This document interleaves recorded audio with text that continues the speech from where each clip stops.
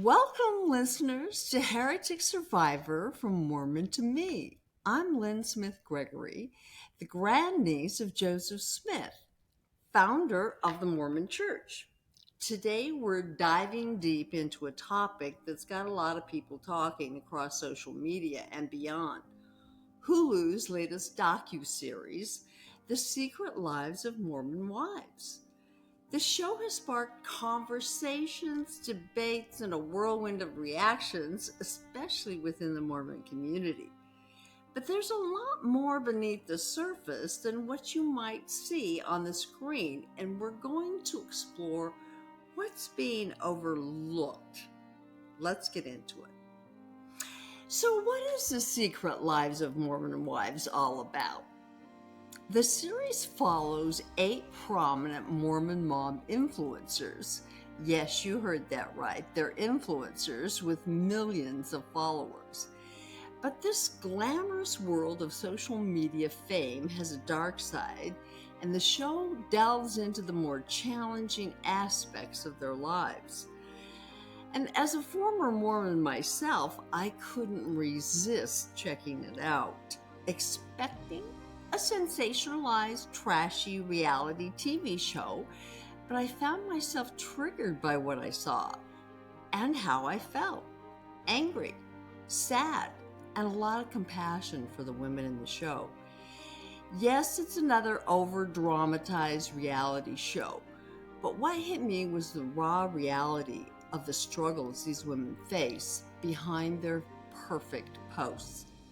There's a lot to unpack here. Today, I want to go beyond the show's surface and talk about what's being overlooked.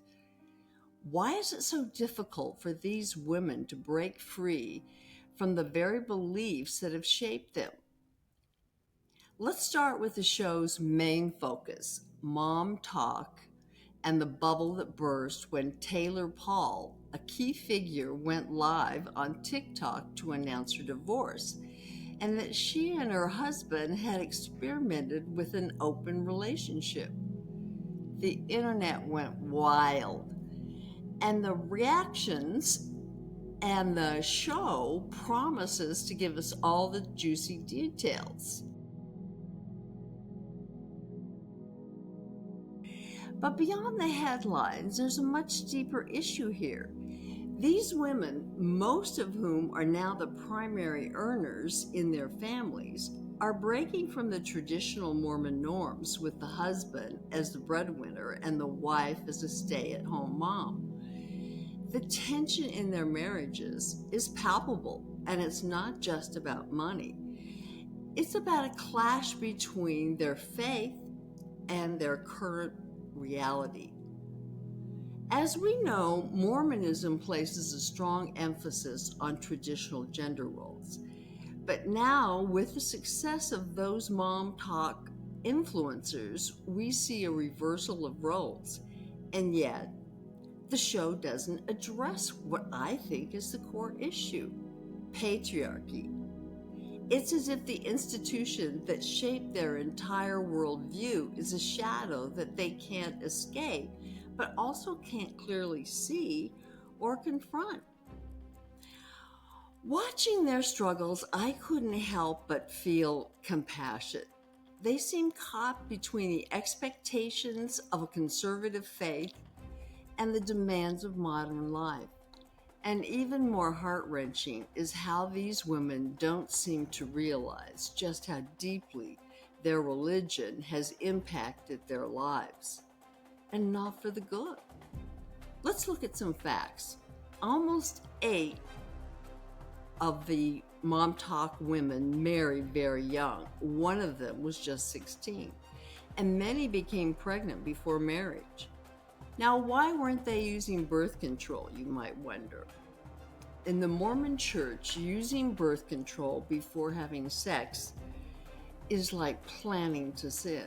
It's an example of the kind of rigid and magical thinking that these women have grown up with. And when unplanned pregnancies happen, the solution is usually a hasty marriage followed by instant motherhood. The cycle pushes young women into major life commitments before they've even had a chance to explore other possibilities, or dated a variety of men, or finishing their education so that they have options for employment, and seeing some of the world outside Mormon Utah. Simply figuring out who they are before they assume their roles as wives and mothers. And having kids isn't seen as a choice, it's an expectation. Since mother and wife are the only worthy and honorable roles for these women in their Mormon faith.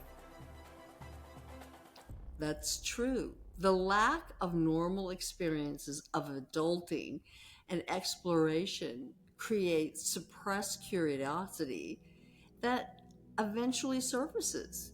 Years of repression can take a toll, and the so called soft swinging scandal involving Taylor Paul is a classic example of suppressed desires surfacing. And this impacts both the women and the men who have married very young. Whitney, another cast member, discovers that her husband has been on Tinder throughout their marriage and confesses to having a porn addiction, something that's actually quite common in Utah, by the way. In fact, Utah has one of the highest rates of reported porn addiction in the country. Why is that? Psychologists report a connection between high control religions and porn addictions. Whitney makes an attempt to become the leader of the Mom Talk group and alienates other members in the process. She leaves Mom Talk, but now what? The answer to all of her problems? Have another baby. It's the same common solution that the Mormon faith has always offered women: redemption in the honored role of motherhood, where she is blameless. Then there's Zach and Jen Affleck, another couple featured prominently in the first season. Zach has a gambling addiction and blew through the money his parents gave him to help with medical school, leaving Jen to support the family through her Mom Talk activities. Zach discounts her contribution, controlling her activities, and criticizing Mom Talk. In a dramatic episode in this season, Jen is surprised with a Mom Talk outing to Chippendales and quickly realizes that Zach will be furious. She leaves before the show begins, but that doesn't stop Zach from berating her for her lack of morals, threatening her with divorce. Meanwhile, he's gambling while she cries and tries to explain that she did nothing wrong. The hypocrisy is glaring. Men decide what is acceptable and what standards women should be held to without accountability for their own actions. This dynamic is all too common in patriarchal cultures where men are raised to feel superior and entitled, and women are conditioned to accept it as second-class citizens. It's not just their husbands either. The disapproval from their families is always present, as these women are judged for straying from traditional Mormon expectations.